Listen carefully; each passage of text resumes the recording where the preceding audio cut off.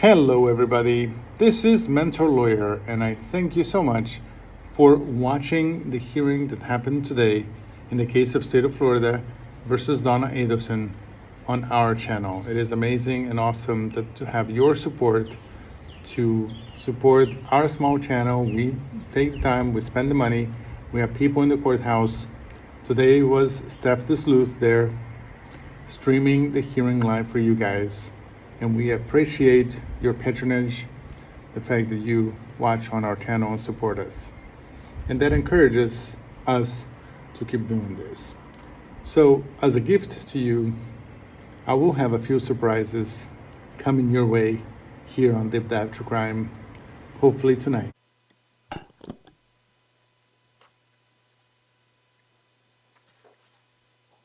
You. One other matter that I wanted to address as well before we get into the argument of the motions. Mrs. Adelson, previously I have addressed with you the fact that you are waiving any conflicts as it would relate to the representation of Mr. Rauschbaum. Based on where we stand procedurally at this point, when you first gave this waiver, that was prior to there being any deadlines concerning discovery or being able to view the evidence that the state plans to present at trial. Now that there has been an opportunity by you to review this discovery with your counsel, I believe it is prudent to go through these factors again, ultimately to confirm that you still wish for Mr. Rauschbaum to act as counsel. If you please can stand and raise your right hand.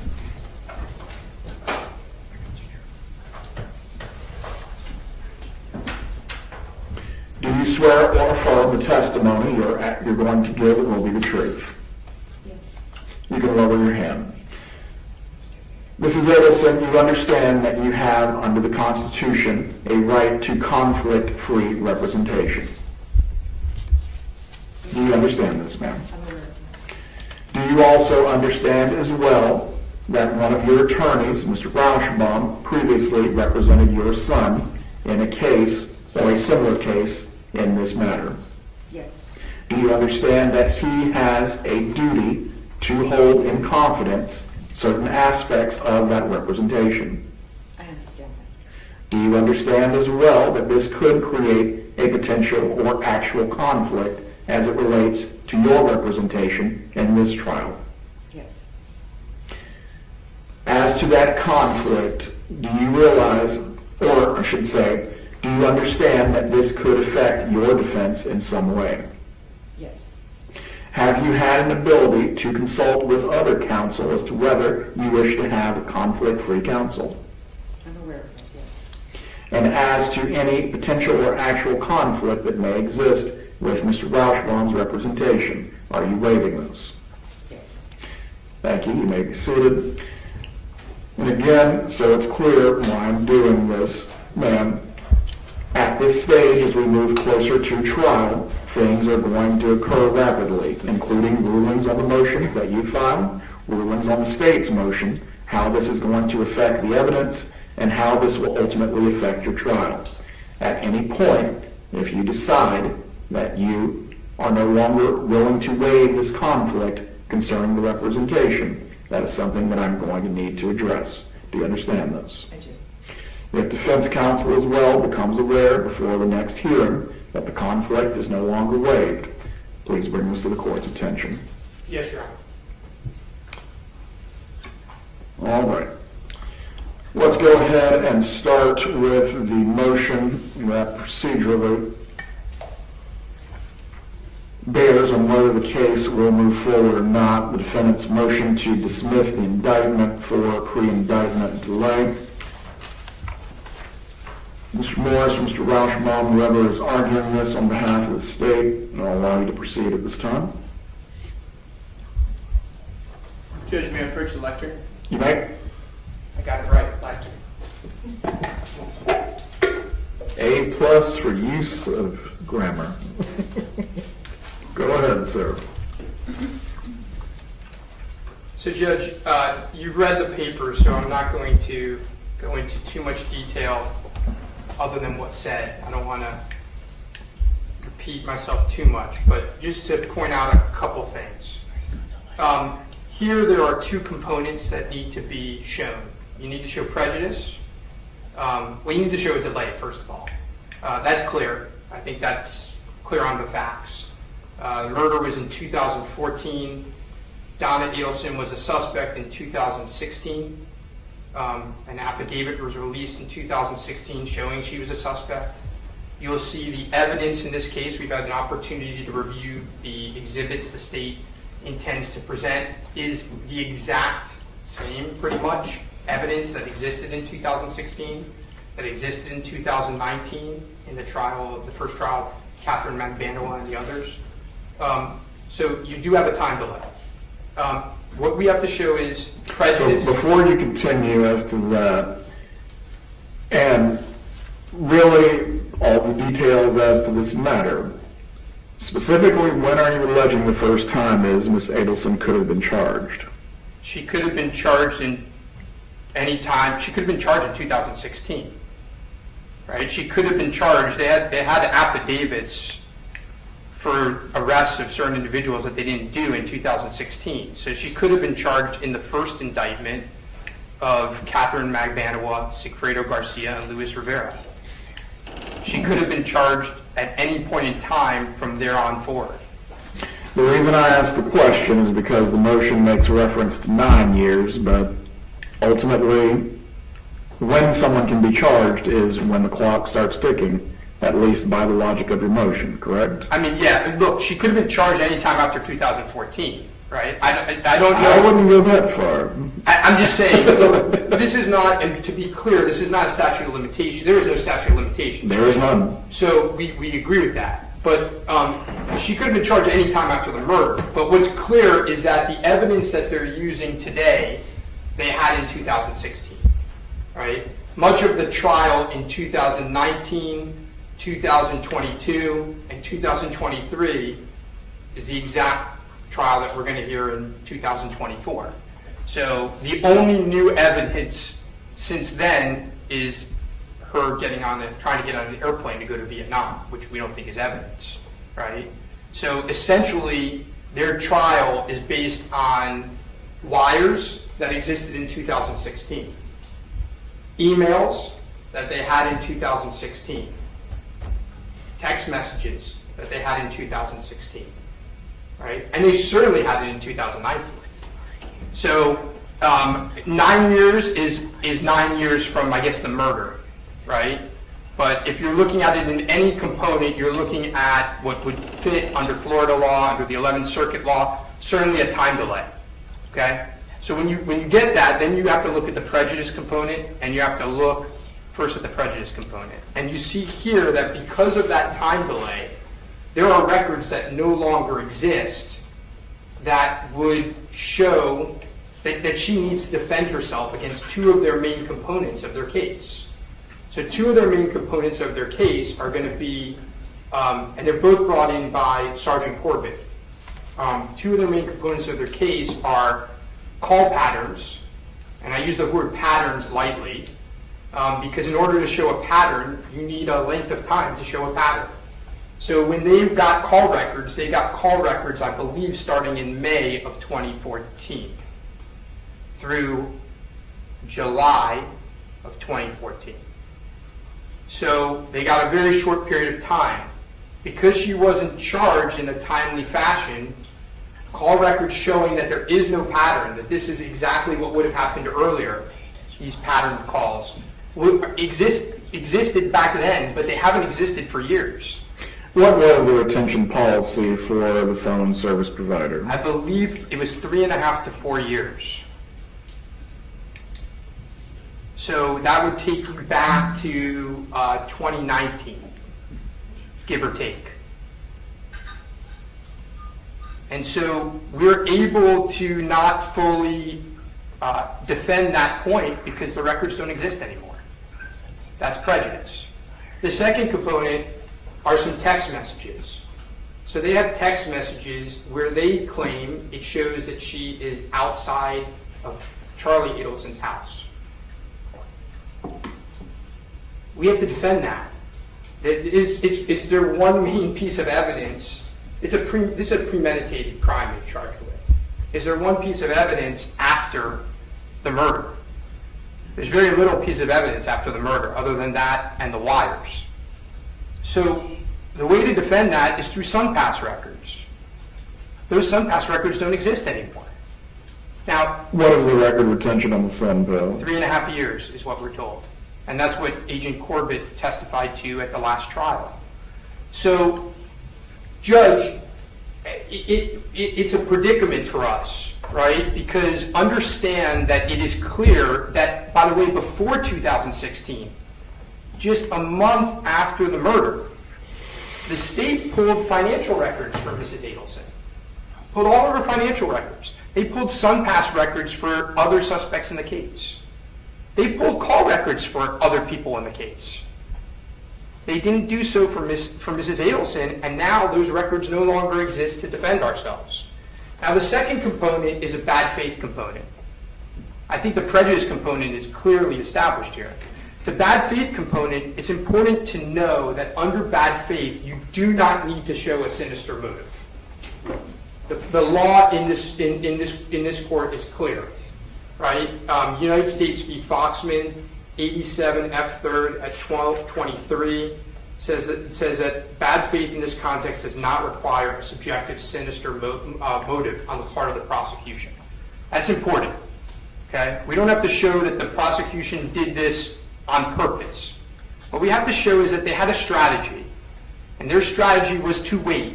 That was their strategy. Their strategy was to wait because they hoped that people would flip.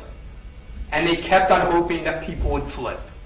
They kept on hoping through the offers of immunity and otherwise that people would flip.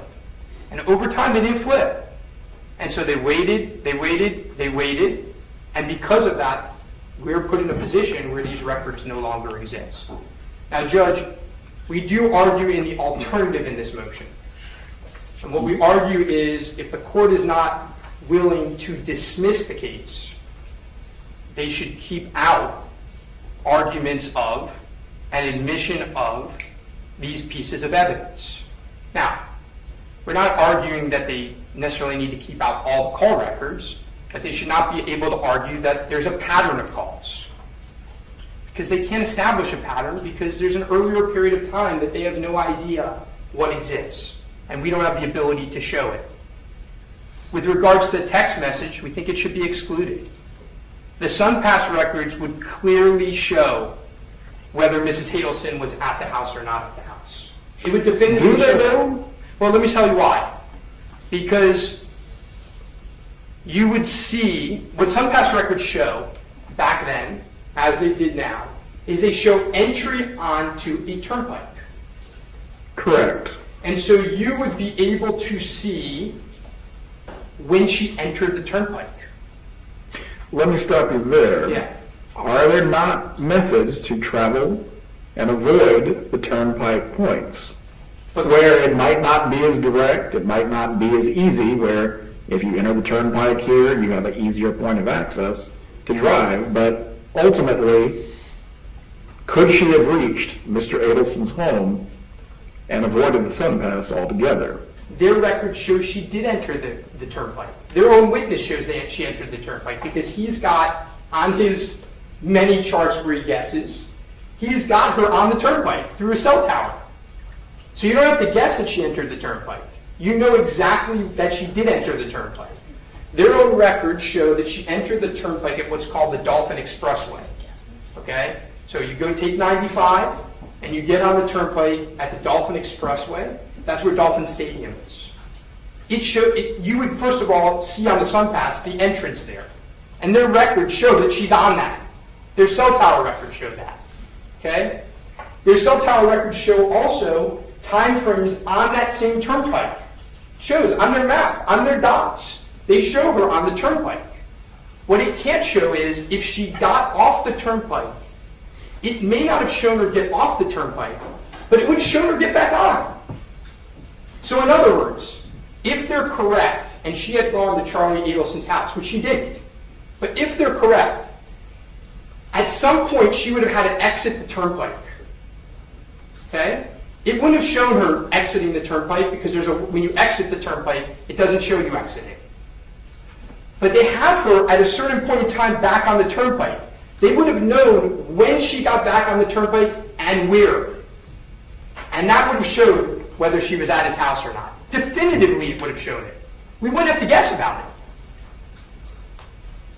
it. It's just how the SunPass records work.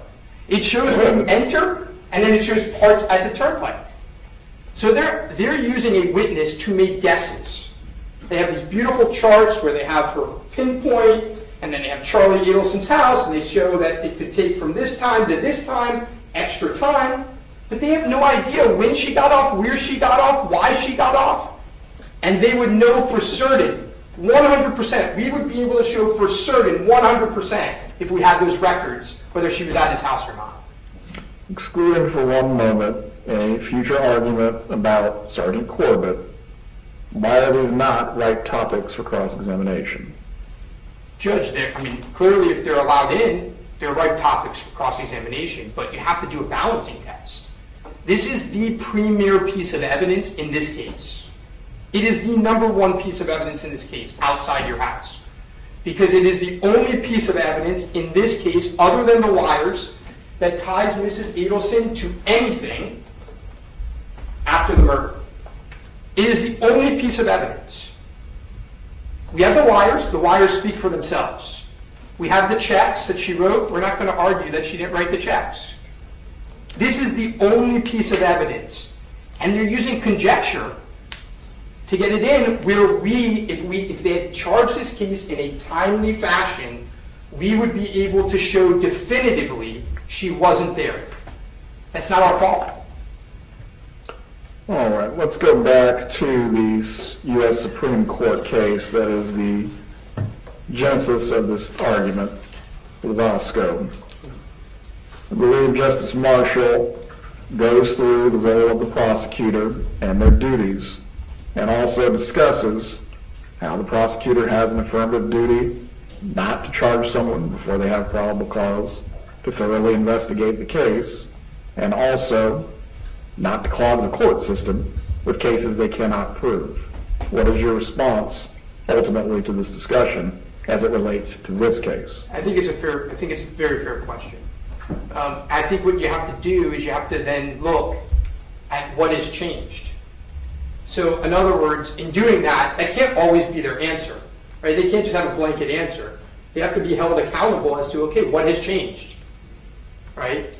And the reality is when you look at this case and you see what is going to be presented, you have the exhibit list. When you look at the exhibit list for this case and you compare it to the exhibit list in 2019, it is essentially the same exhibit list.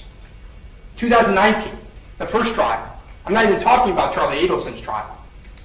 It is essentially the same exact exhibit list. Their exhibit list contains, essentially, against Mrs. Adelson, emails that they had back then, wires that they had back then, checks that they had back then. That's essentially their case against her. Okay?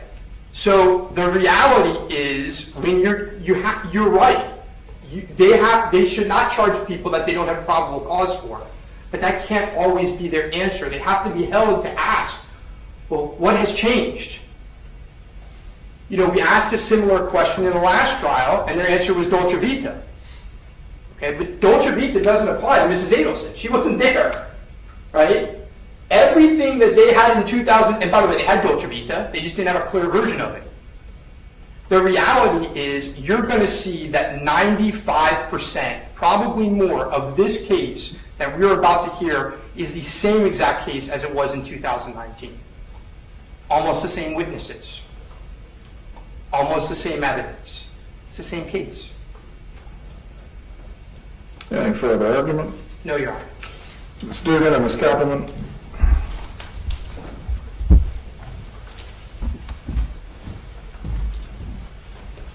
Thank you, Judge. So as the defense's motion states, the test here for is going to be whether substantial prejudice is caused, not just prejudice, to the defendant's right to a fair trial, and was it the product of bad faith so that dismissal is required. The two pieces of evidence that they talk about in their motion are the phone records and the SunPass. So I wanted to quickly go through each. For phone records, he says, well, there are call patterns between the parties that occur on major events during the planning of this murder that the state presents. But every time we present this evidence, we also concede and present the fact that the people in this case, they all have relationships outside of any planning for this murder. Their boyfriend, girlfriend, their parent, child, they have children together. Those people in those relationships talk every day. That's normal and that's to be expected. And all these people do talk every day during the time that we have these phone records. Every time we've tried this case, the defense picks a random day. This is every trial we've had since 2019, I guess. Every defense attorney, picks a random day that summer and shows that, hey, there's also calls between these folks on these other days where there's not a trip to Tallahassee or some other big event in the planning of this murder to show exactly that. They've done that every time through cross-examination, and they do that without having prior records prior to May of 2014. So there's no substantial prejudice to the defendant.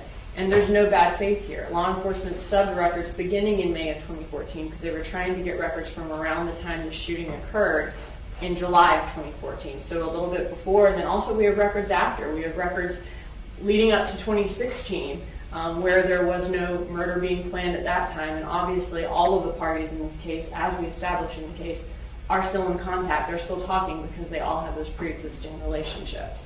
Before you continue, is there a reason the records that are at issue in this motion were never pursued? Because those are the times around the June and July trips where there was the attempt to kill and the murder of Dan Markel. We have messages between them going back before that time, but we believed, or law enforcement believed at the time that they subpoenaed those records, that was the most relevant time to the information in this case that would be relevant to this case. Were any further subpoenas as to SunPass or phone followed up on once the state believed it did have probable cause against Mrs. Adelson? I believe that after, so getting to the SunPass records, the SunPass records, we did, I think, try to get late last year once it came to light that, can I address the SunPass records and I'll let you know kind of what our intent was? Okay. All right, going back to the phone records, though, this is not substantial prejudice, and it's not a situation, though, where the state purposefully did not indict Ms. Adelson until she could not get these phone records anymore. So there's no bad faith in this case. It's not a situation where we purposely didn't indict her so she couldn't get that. Moving on to the SunPass records. First of all, there's no substantial prejudice that these records would be exculpatory. As the court pointed out, we don't know if there was a way she could have avoided that. We don't know if the exit or entrance even had a transponder in 2014. In fact, given that the defendant texted Charlie Adelson outside your house, and there was a witness at trial, Catherine McVanois, who said that the defendant had been at the house that night right before she arrived, we believe the SunPass records could very well be inculpatory. And there's no bad faith here because we would actually like the SunPass records too. We did, as the court asked, we had Jason Newland make a call to try to see if we could get the SunPass records. I believe it was last fall in 2023, but we also learned that they don't have them anymore this far late in the game. But the bad faith portion of this is only satisfied when the government makes a judgment about how to proceed with litigation to gain advantage over the defendant, and as a result, the indictment is delayed. The reason we didn't try to get the SunPass records earlier was because the state didn't really zero in on the fact that Donna Adelson went to Charlie Adelson's house the night of the murder until Catherine McVanois offered that information in 2023 leading up to Charlie's trial and at Charlie Adelson's trial. Catherine McVanois mentioned that Donna and Harvey Adelson had visited Charlie Adelson's house the night of the murder. Before you continue, Yes, sir. Was this new information learned either through the proffer or trial preparation that had never been, or never come to light before? Yes, we learned that from her through her proffer and through information that she gave leading up to trial and her testimony at trial, which was all in 2023. The trial being Charlie Adelson's trial in fall of 2023. Obviously, Donna Adelson's phone locations, right, have always been in the records. The messages have always been in the records, but we didn't zero in on the fact that, hey, that's where this cash could have came from, and that was this relevant to the money drop, until Catherine McBanois said his parents had just been there right before I arrived. She said in her testimony that the money was there when she arrived, that it was damp. She believed Donna Adelson had washed the money. That made us zero in on the fact that Donna Adelson had been at Charlie Adelson's house right before she arrived, and that's when this money exchange could have taken place. After that, we began to look for evidence, that corroborated her statements. Leading up to trial, and we found evidence in the phone records that corroborates the fact that Donna Adelson did go by the house through her locations, through the message outside her house. But this wasn't a situation where we waited to indict Donna Adelson until SunPass records were no longer available. We would like to have those too. The Foxman case says that the defense says that this delay had to have been a deliberate act to gain a tactical advantage, and that's not what we have here. I'd also point out, Dan Rashbaum has said that he was retained in this case by Donna Adelson in 2016. Every trial that we've ever had has been, on YouTube, if anybody wants to see it. And they could have, if they believe that these SunPass records or phone records were so exonerating and obviously needed, those could have been requested prior to when they would no longer have been able to have been received. Can the defendant, absent an active case, send a subpoena of this nature? The defense said in the last trial that he tried to get the SunPass records and he wasn't able to before we had even thought to try to get them. Please continue. I'm not sure when he tried to do that. Another thing here is that if the court denies this motion, I think at that time it would become ripe. The state would ask that the defense not be able to argue in opening or closings or testify in their own questions that, hey, because the defendant wasn't indicted until 2023, that means law enforcement or the state attorney's office didn't believe they had enough evidence. What anyone in law enforcement or state attorney's office thinks in this case is not relevant. Given that, we believe that, obviously the dates that law enforcement received evidence, the dates that, suspects were tried or convicted, those things are all fair game and can be pointed out by the defense. But not the argument that this delay was because the state attorney's office or law enforcement didn't believe there was enough evidence to convict. So to summarize in a nutshell, the state did not even understand what it had in the way of the text message until Catherine McBanois' proffer. That Catherine McBanois' information that she provided to the state really made us zero in on that and realize that money could have been exchanged at that time by Donna Adelson to Charlie Adelson. And so, obviously, we always knew that they were traveling up to Tallahassee that night, the Harvey and Donna Adelson were. After the murder took place. Yes, sir. But Catherine McBanois' information that we learned after her trial, when she began to cooperate and leading up to Charlie Adelson's trial, is what made us zero in on that. Very well. Thank you. Brief response, and then we're going to move on to the other motions. Sure. Judge, I'll do the factual point first. I was retained to represent Donna Adelson in the late summer of 2016. Okay, so I think it was the end of July, beginning of August 2016, I was retained to represent Donna Adelson.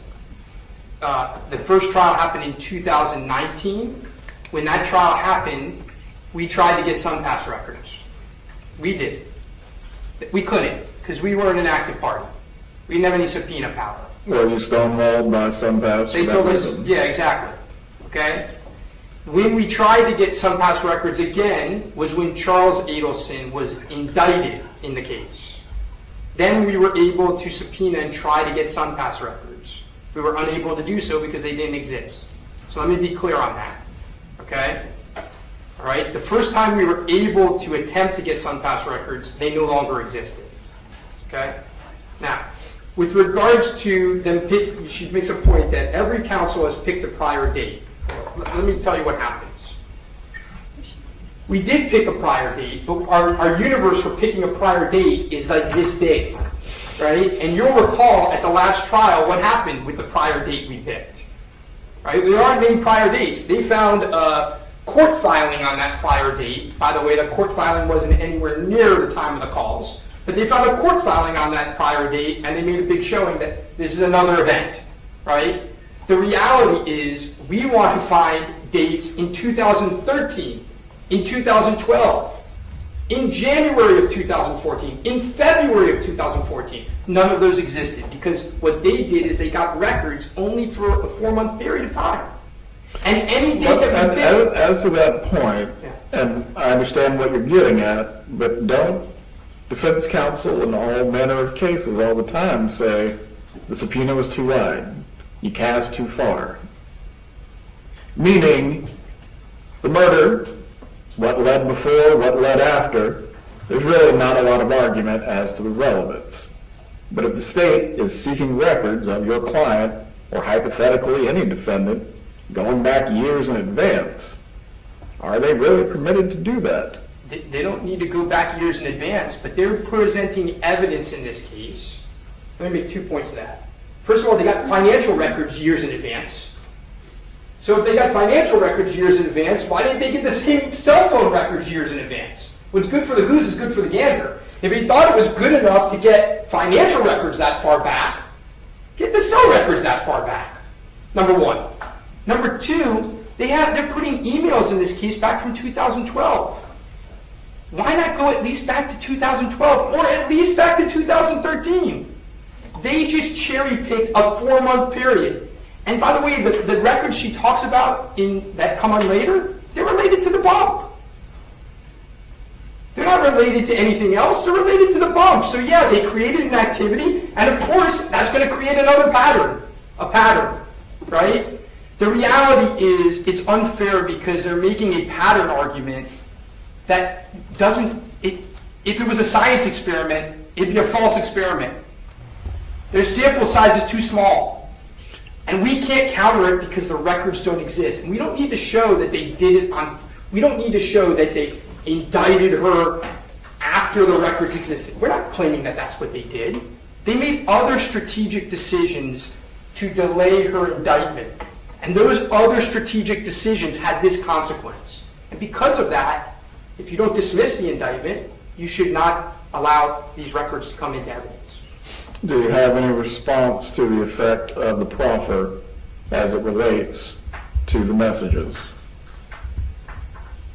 Of course. Ms. McDowell's proffer, which was taken last year. Of course. They had the message well before then.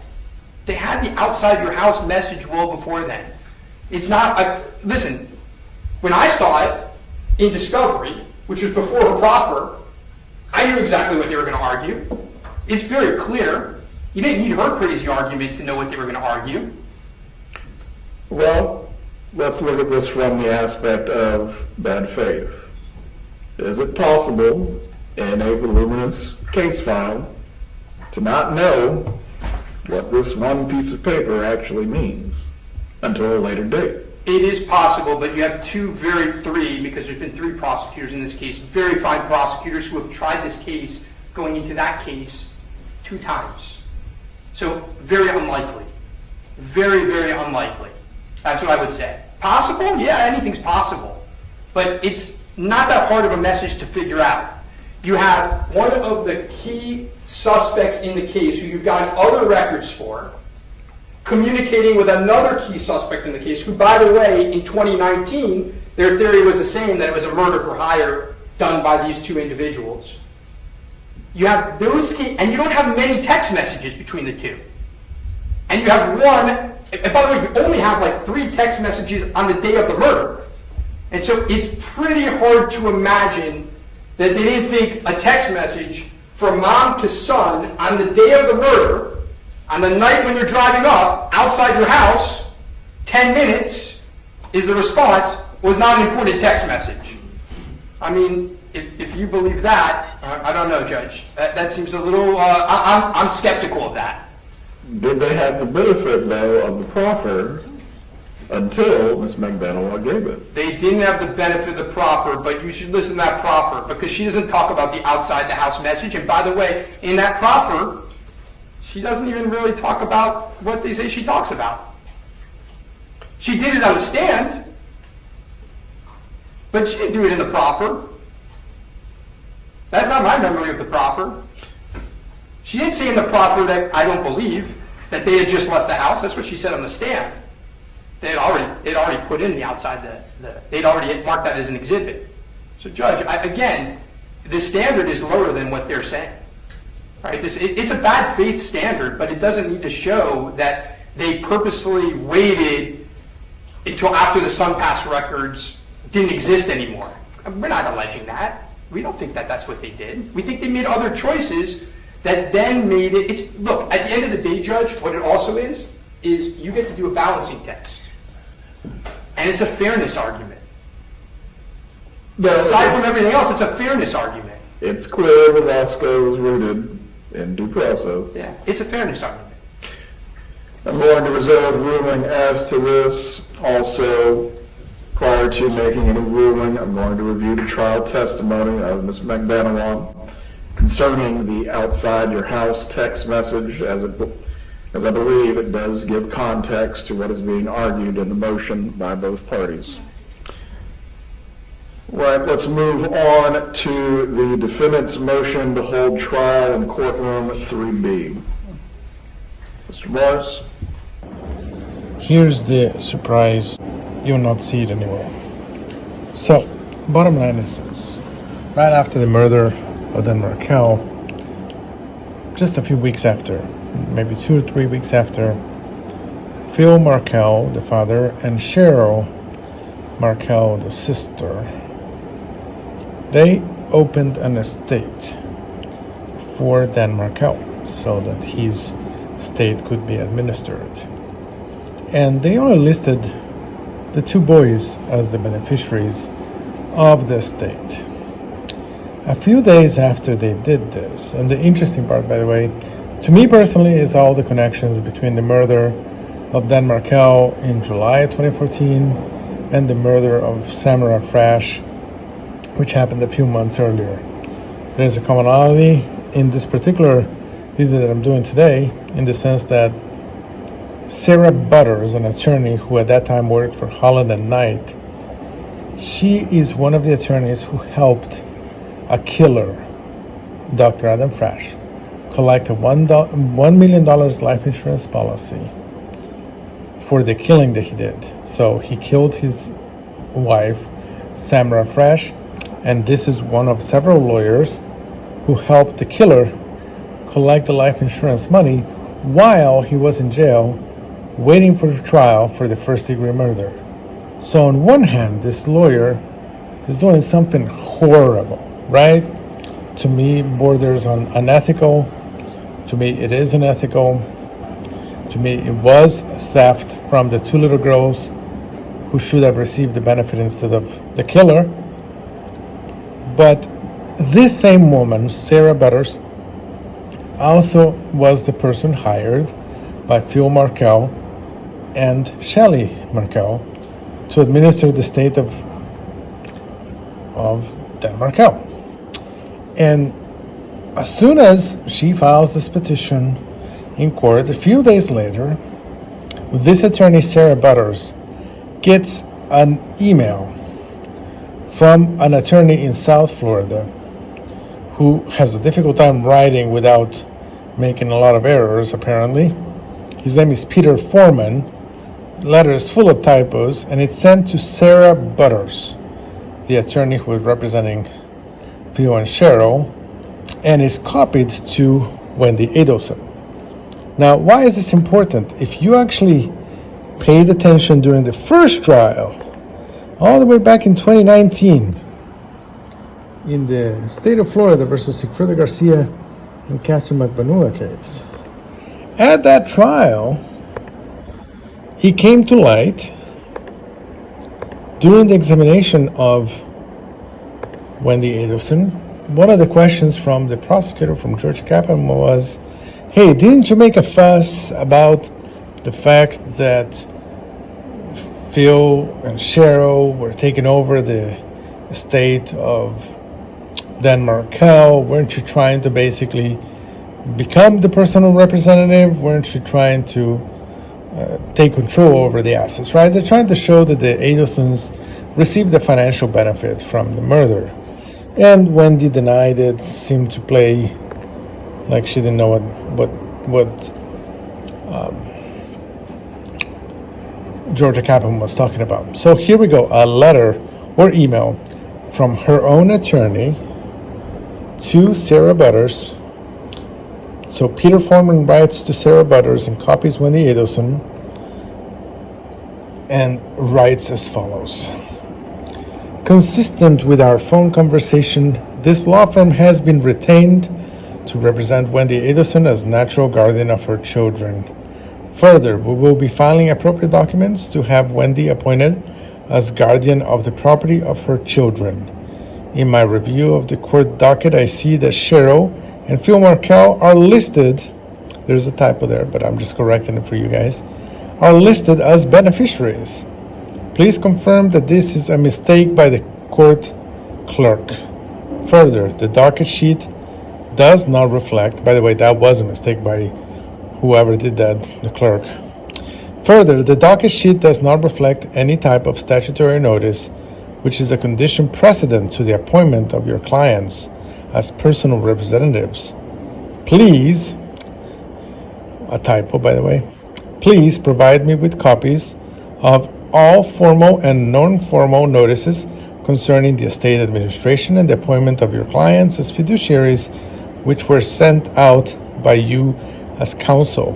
Continuing, I am meeting next Wednesday with Wendy to discuss the estate administration and the interest of her children. So that I may be prepared for the meeting, please provide me with copies of all documents filed with the court, including the petition, notice of confidential information, affidavit of heirs, and other pleadings. I will be filing a request for copies, but during the interim, please provide me with copies of all court filing which may take place in the future. I am able to advise you that the joint Schwab account has less than $1,000, and said account was being used for the deposit of child support payments. Additionally, Wendy has not been able to obtain any additional information regarding any probate or non-probate assets. I would appreciate your forwarding to me copies of all documents reflecting assets and liabilities of the decedent. Finally, Wendy has no desire to create adversary proceedings which are not in her children's best interest. However, I can tell you the course of conduct so far by your clients so far has not reflected well. Those typos are all included in the letter, by the way. Wendy is the natural guardian of her children and will be appointed guardian of their property, which is only appropriate. Clearly, she respects and will encourage a family relation with her children and the family of her late former spouse. However, your clients must recognize and accept that Wendy will continue to assert her rights to protect and administer the interests of her children. I look forward to your delivery of requested documents and will communicate with you after I meet with Wendy. So at least there was some evidence backing up the questions from Prosecutor Georgia Kaplan regarding whether, at least early in the process, Wendy Adelson was indeed trying to assert some control over the estate case of her ex-husband's estate. Okay, so there we go. Thanks for watching Mental Lawyer. I'm gonna come in. Much to do about nothing about courtroom 3B in the end. Case will stay in 3G where it belongs. So the most ridiculous part of the hearing was the suggestion by attorney Dan Rashbaum that the $135,000 paid for the villa in Vietnam which by the way included also some additional funds for furniture, was for a 6-day timeshare. Can you believe that? Who knew that timeshare in Vietnam is just so damn expensive? Thanks for watching Mental Lawyer. So much to do about nothing about the 3B issue. The courtroom will be 3G.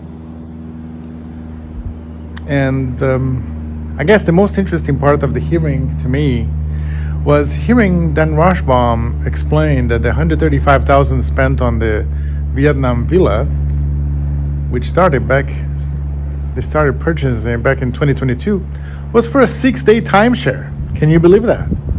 How expensive must it be that you're paying $135,000